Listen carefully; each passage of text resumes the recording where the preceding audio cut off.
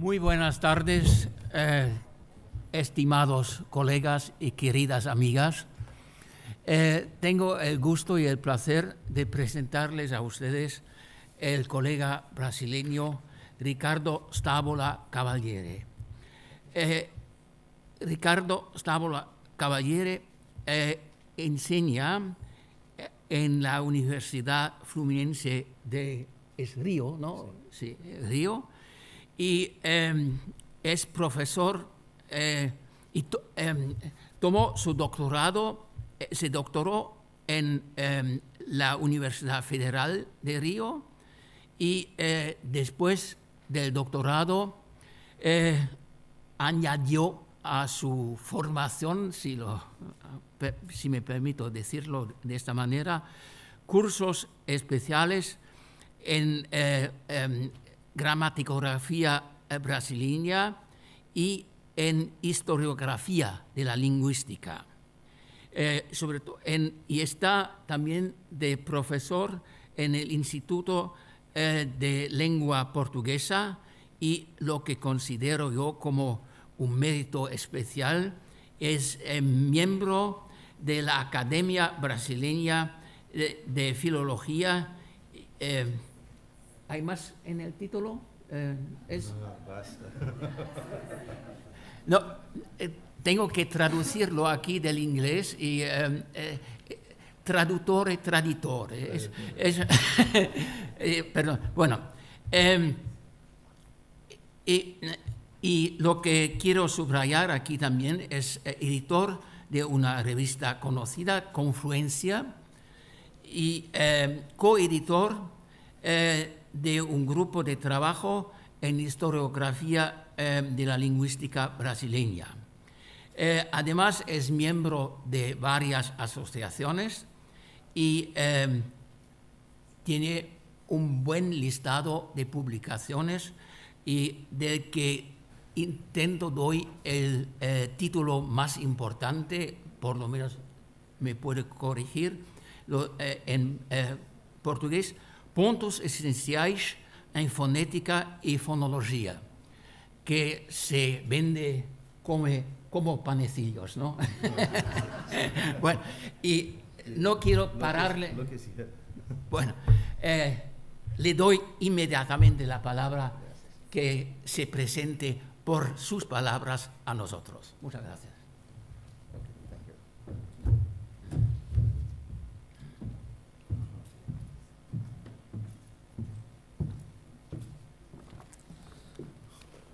Thank you, Professor Niederer. I'd like to thank as well the committee of ICHoLS XIII, the invitation to present the paper at this conference.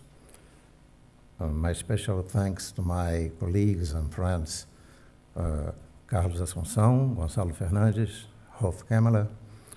And I would say that I'm very happy to be here again in this cozy city of Vila Real and at UTAD. My paper deals with the concept of tradition in linguistics, and I will touch as well the meaning of traditional grammar, and finally I will try to apply it to the Brazilian linguistic studies nowadays.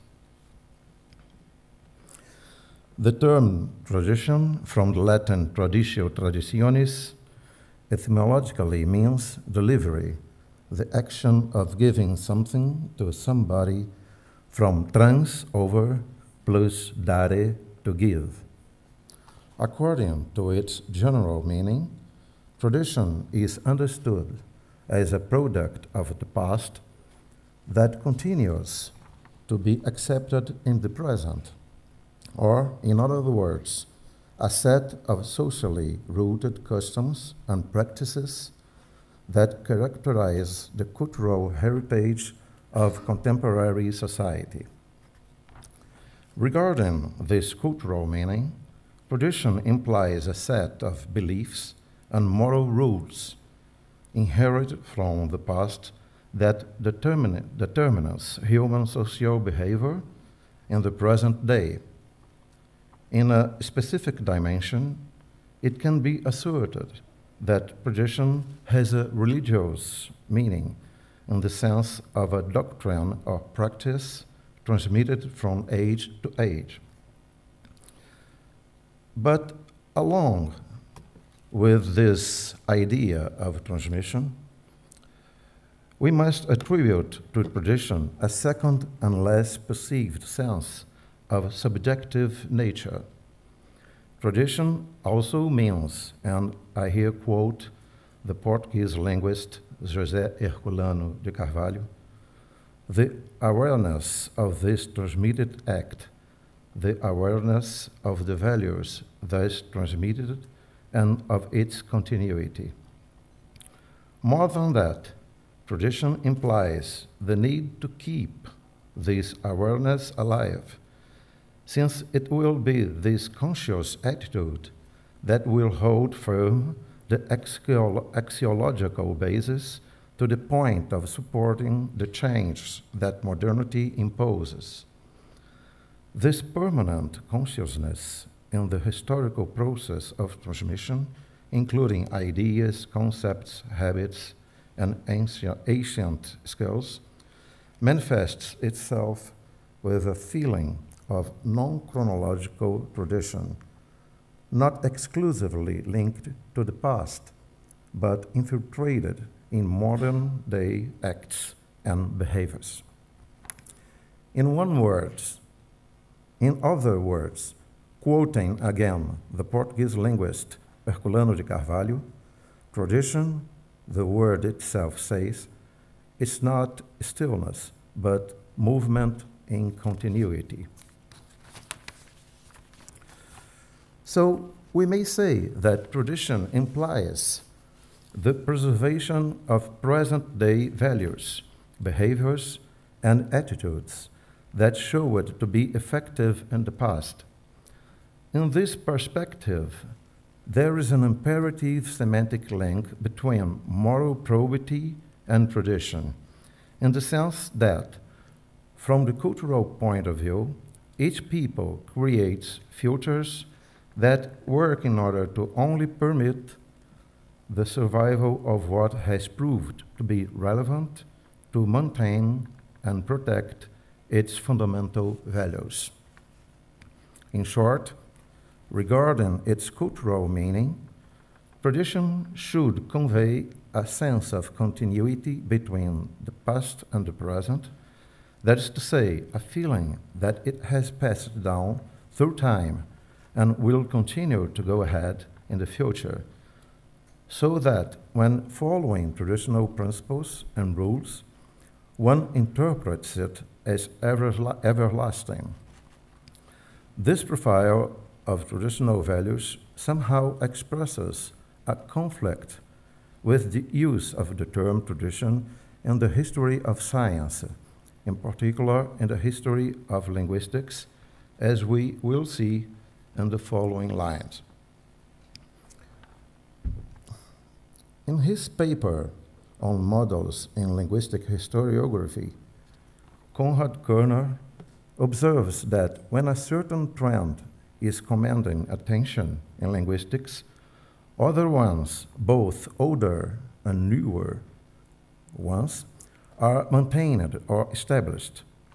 In other words, it can be shown that a certain model which dominated linguistics for a period of time becomes less influential after a certain point in time to come back in the future.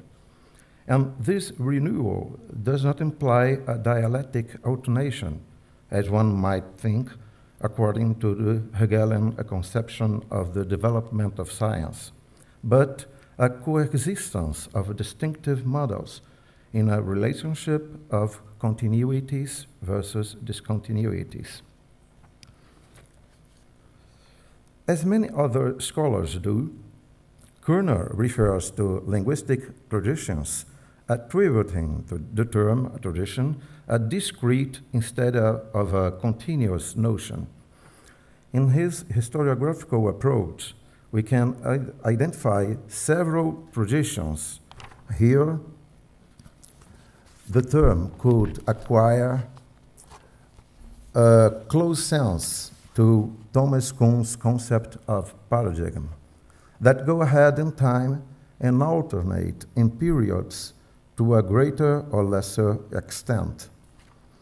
Sometimes, tradition refers to a particular inherence according to the author's horizon de rétrospection. We could quote some sparse examples here, and I here show some examples in which this term tradition is used in this discrete sense. In another dimension, we believe it's possible to talk about a linguistic tradition that is not segmented in discrete movements, since it is characterized by a more abstract plane in which we find ideas that have been sedimented over time, that due to their special acceptance in the academic environment no longer belongs to a particular tradition, but rather to this broader plan of a lato sensu tradition. As a general rule, the reference to this timeless or non-specific tradition in scientific discourse is made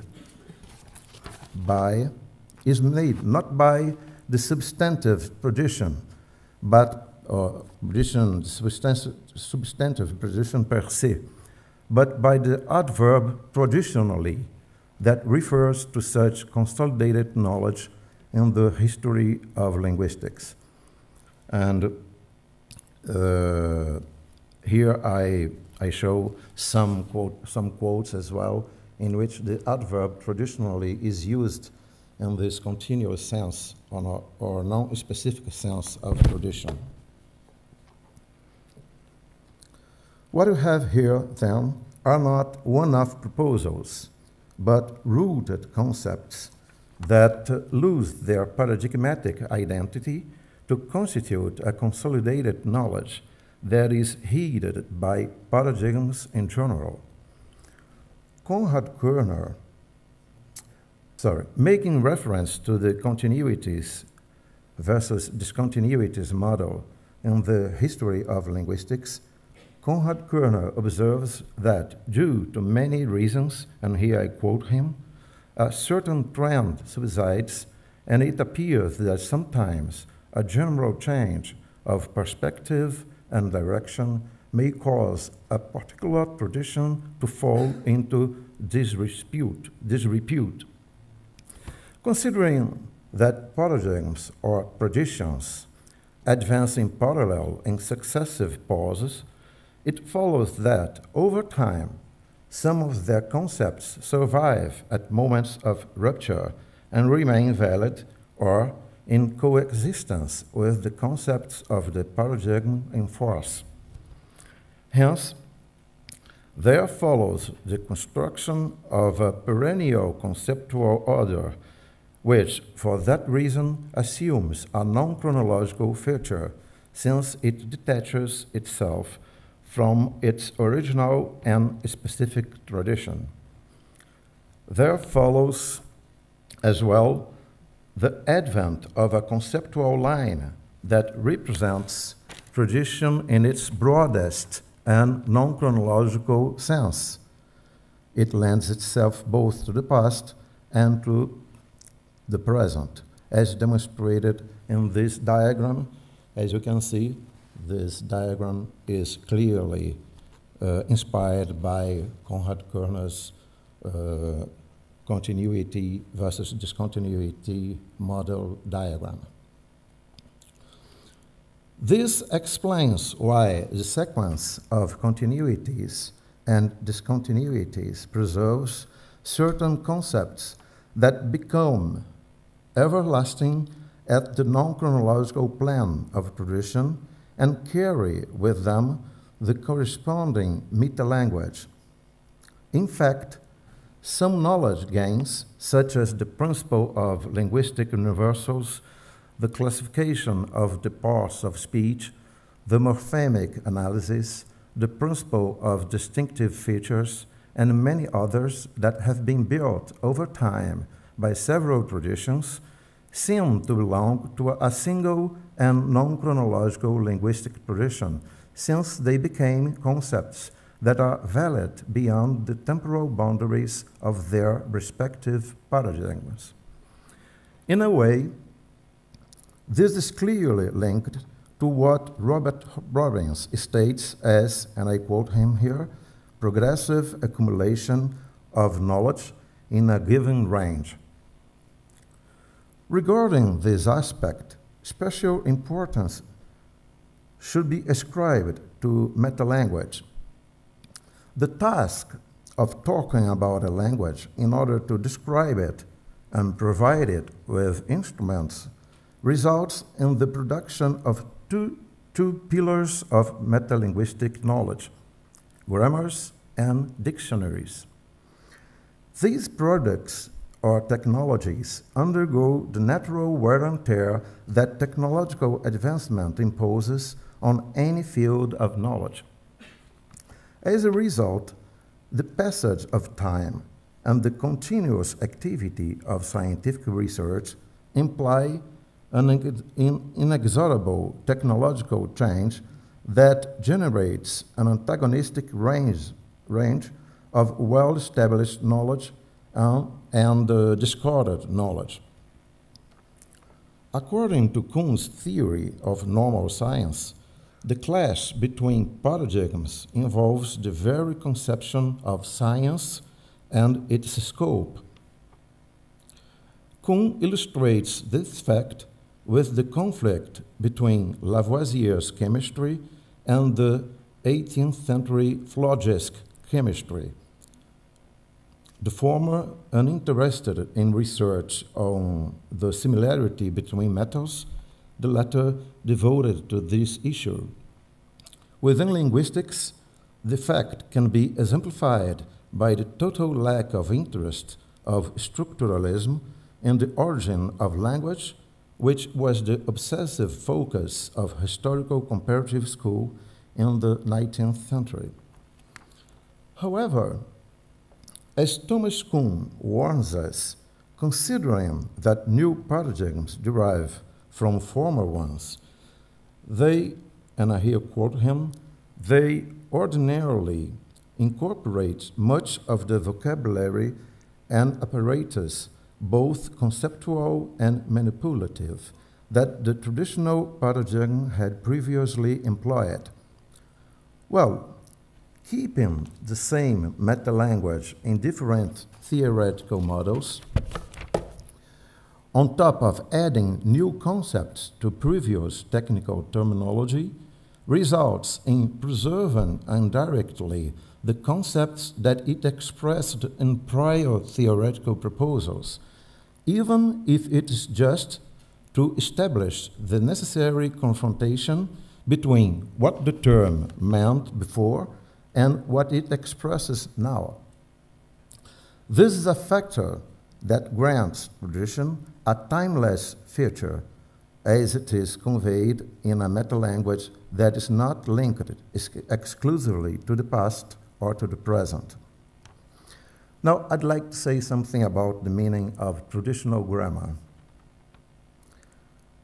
In a text published nearly 3 decades ago, Jean-Claude Cavaliere makes scathing criticism about generative grammarians because of their habit of referring scornfully to traditional grammar without demonstrating whether they have a full understanding of it. We could extend the criticism to virtually all linguists affiliated to different research models, since in general, the reading of theoretical linguists and even that of the historians of linguistics reveal a broad and imprecise concept of what traditional grammar is. Well, I'd like some water if it's possible.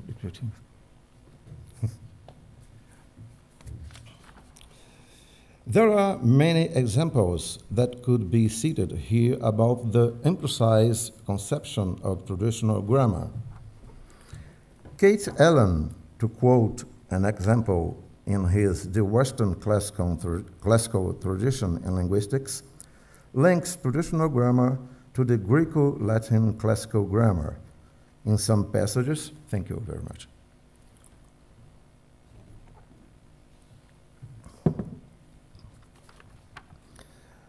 And, well, he links traditional grammar to the Greco-Latin classical grammar in some passages, and to the rationalist medieval grammar in other times, or else even to a non-specific source. Michael Fred, in his turn, states that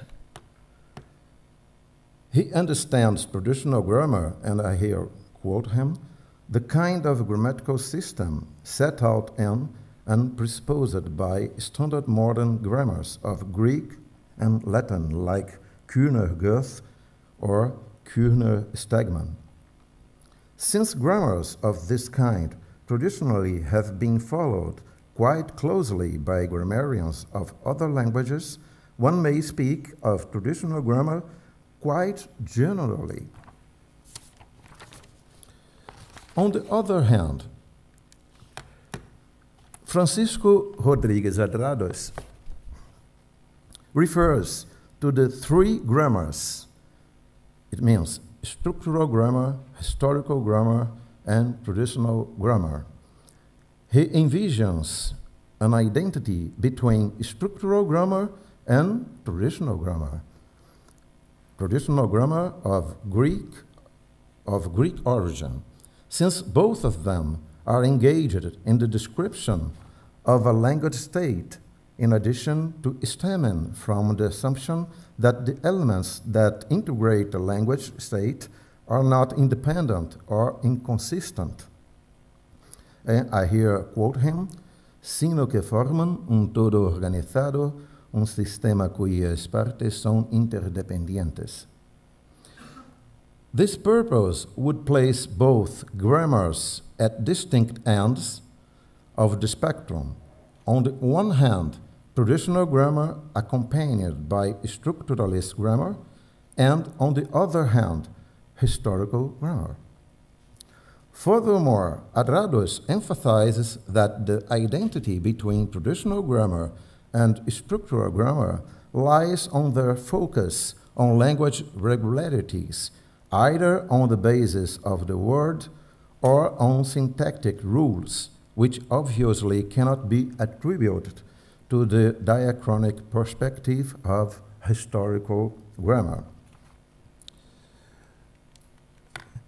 In linguists such as Eugenio Cossério, the concept of traditional grammar does not rely on chronological criteria, but rather on epistemological criteria, according to which the grammatical tradition, and I here quote him, es en gran parte una gramática lógica basada esencialmente en la idea de la correspondencia o equivalencia entre las categorías lógicas y las categorías gramaticales. In sum, the doctrinal framework today still lacks a clear and objective vision, though it does not obviously mean to be peaceful, about traditional grammar as a product of scientific activity. However, we could reach a profile of that kind of grammar, it means what is traditional grammar, by attesting to some fundamental features. Thus, traditional grammar is recognized by A, playing a deontological role, B, having descriptive and pedagogical purposes, C, using a metalanguage that is common to various linguistic traditions, and D, having as its basis a corpus of literary written language. Well, at the pedagogical level, traditional grammar is labeled anachronistic and purist. And at the descriptive level, traditional grammar is incipient and ineffective. To what extent can this derogatory evaluation be explained? At first, the perception that stands out that criticism almost always results from the linguist's poor formation in their historiographical evaluation of texts written in the past, since they do not take into account contextual factors such as the axiological character every period grants to the rules of science in general and the very aspect that the grammatical text takes at each moment of the history of pedagogy. That is, a simple means of teaching the language. Indeed, the critical reference that contemporary linguists make to traditional grammar, so broad and diverse, stems from methodological misconceptions regarding the appraisal of the historical fact, which is obviously a consequence of their poor preparation or even to a lack of professional education to deal with historiographical issues. One of those misconceptions concerns the judgment of past events according to present values. It is consensual that when discussing theories of past periods, the historiographer must attempt not to distort their original meaning, mainly by establishing the exact dimension of its axiological basis.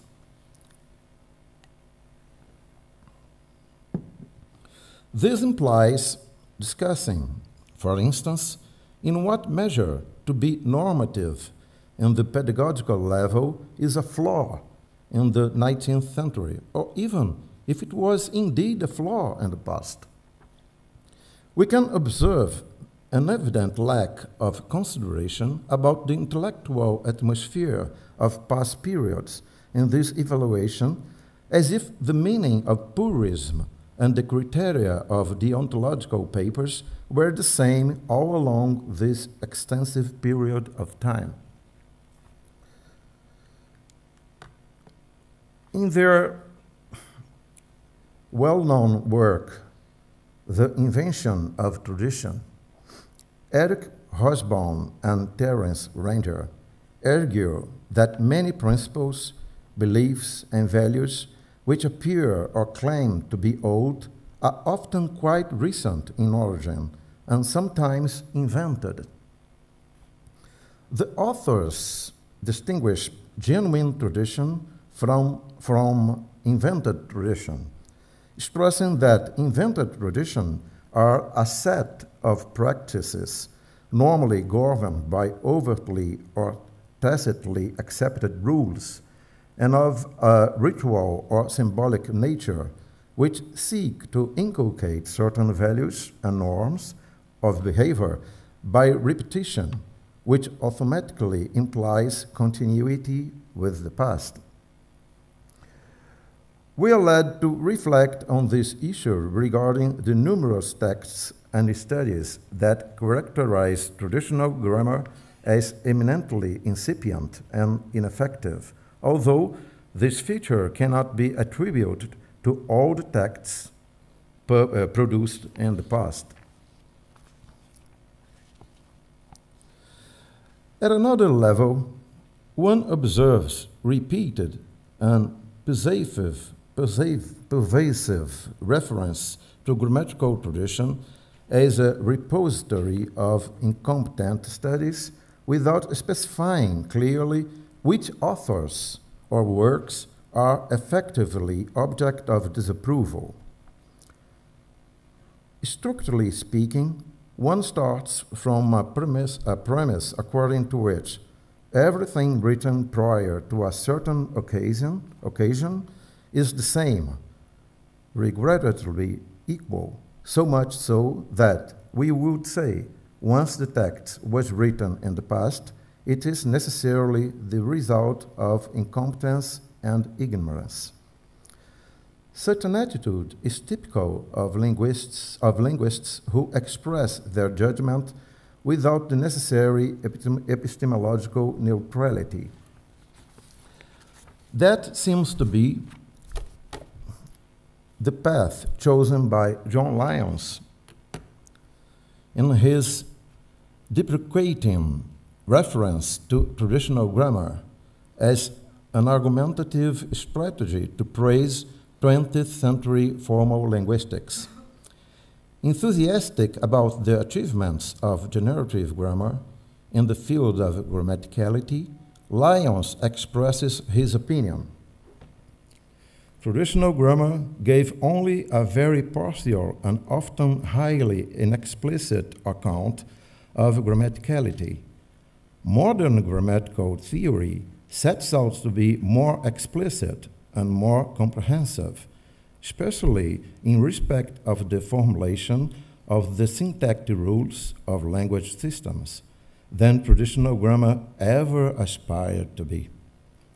Another reason why traditional grammar not only failed, but did not even try to provide a comprehensive and fully explicit account of the syntax of the language that is dealt with, was that much of the syntax was held explicitly or implicitly to be determined by common sense, or, to use a more grandiloquent term, the laws of thought.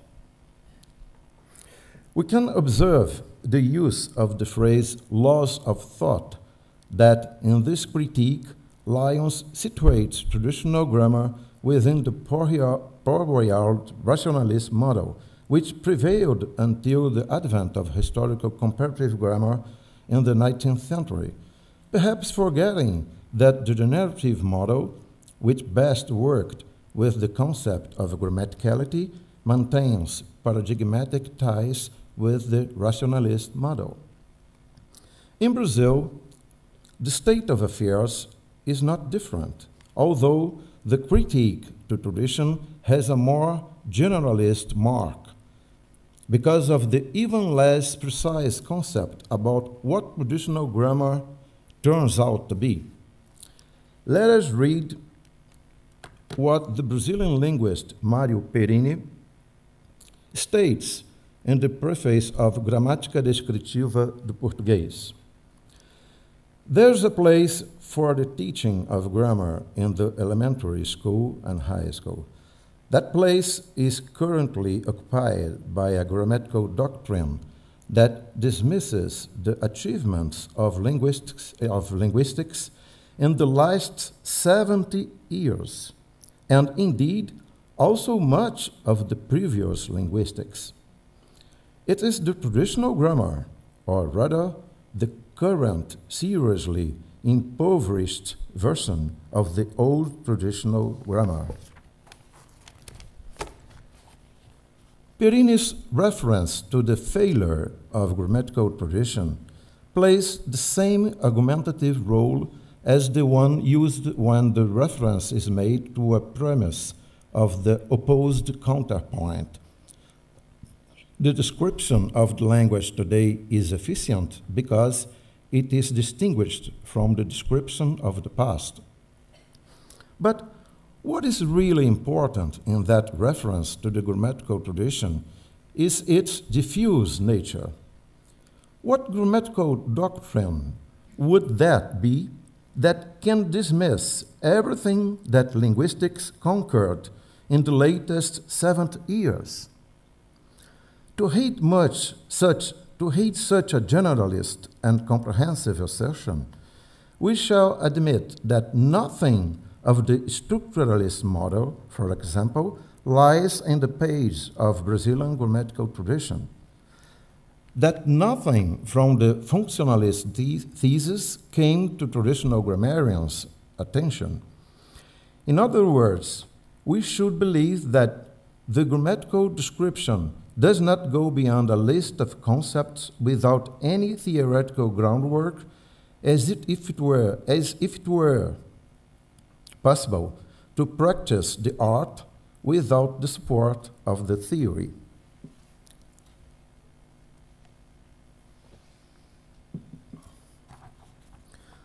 What reasons can we bring up to such iconoclastic stance? In one of his studies on the history of science, Thomas Kuhn defends the thesis that convergent thinking is just as essential to scientific advance as the divergence.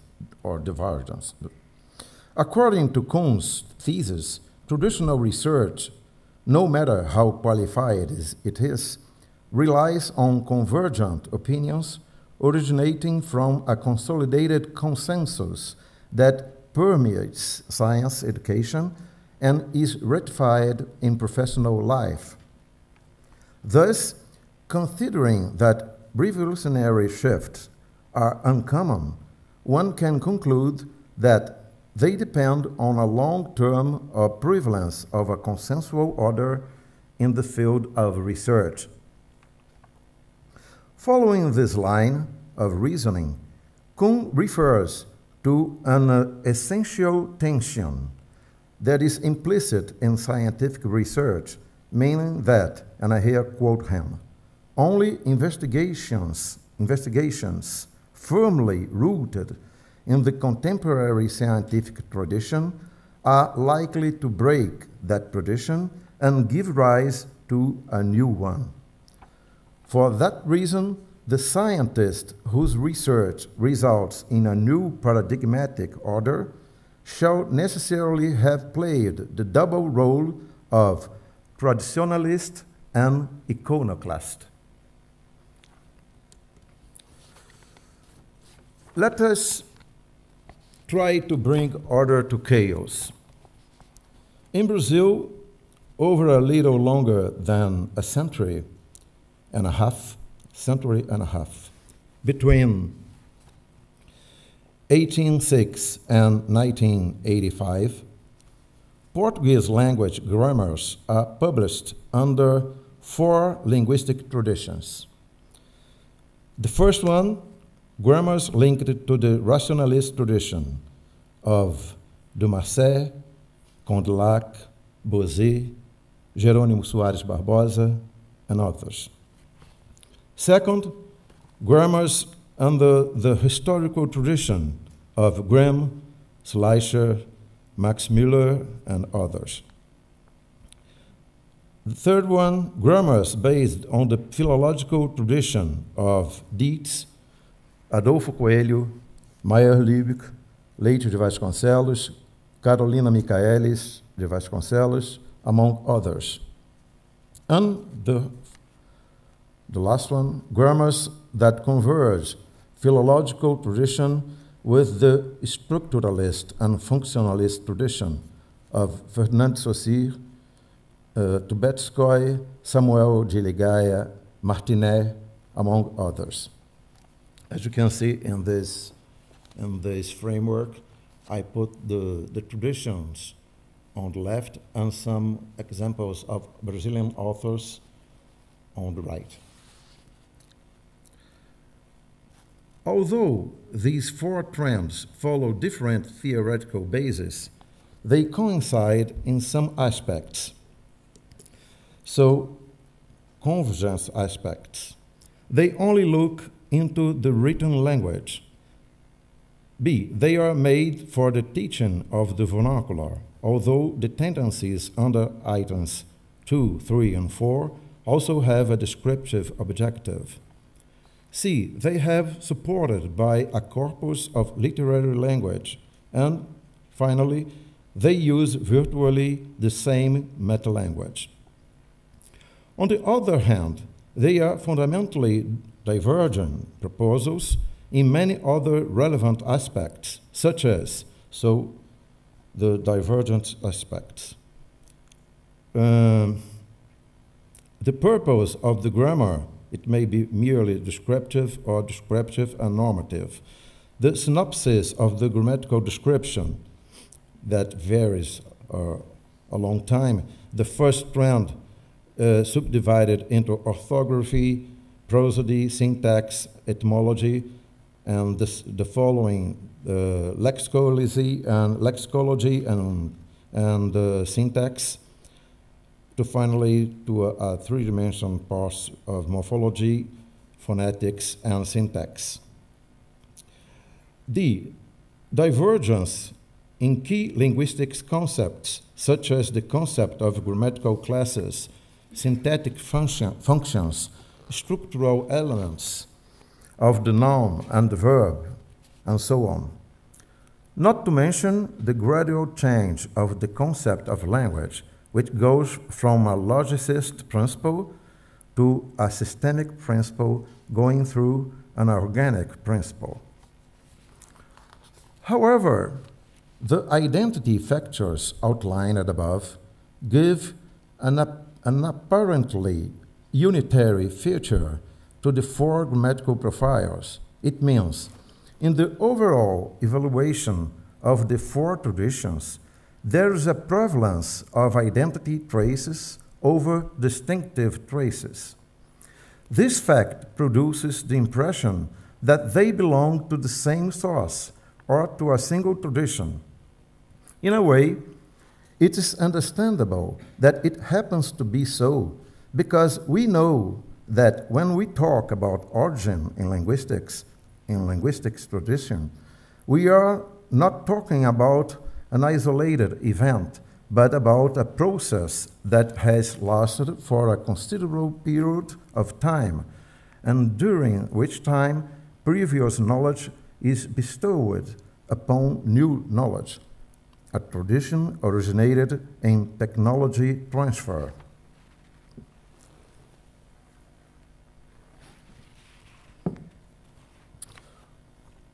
For experienced linguists, however, especially for those who have historiographical training, this generic reference is inconceivable, since it ends up by creating an invented tradition, to use Eric Hobsbawm's and Terence Branger's expression quoted above.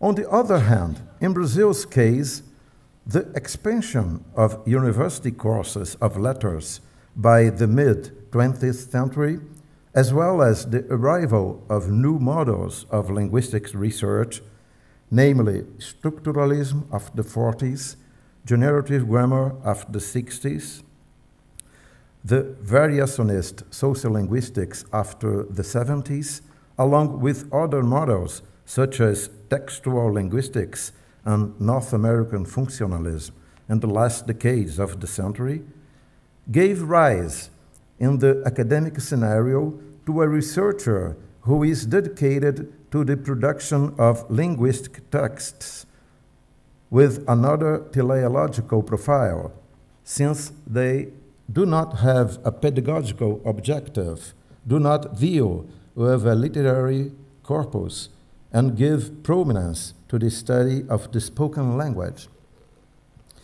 In addition to this, these new models not only rupture the relatively unified metalanguage of earlier traditions, but also multiply different metalinguistic patterns, a natural consequence of the multifaceted aspect that linguistics assumes at the end of the century.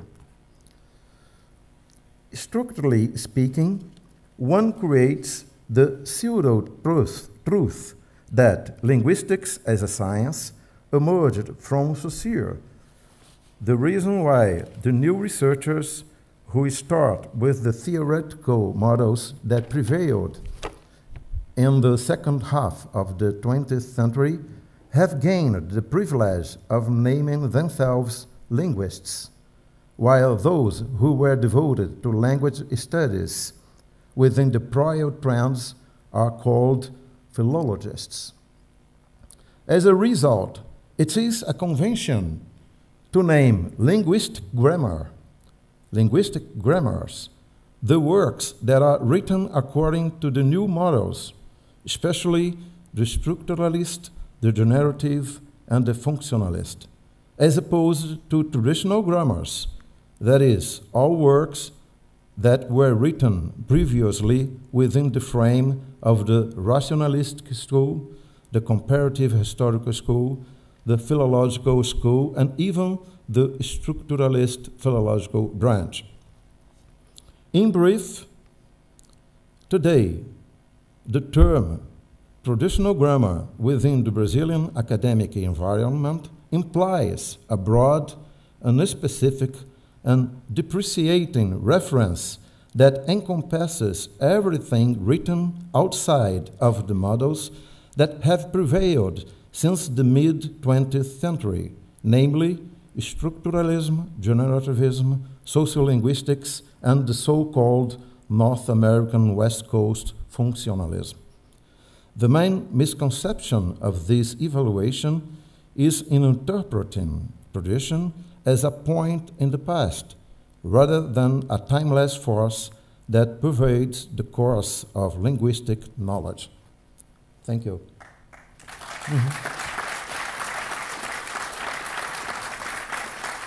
Since we're in time, that unfortunately, we've got no time for questions. I have to coordinate a section right now. In this very moment.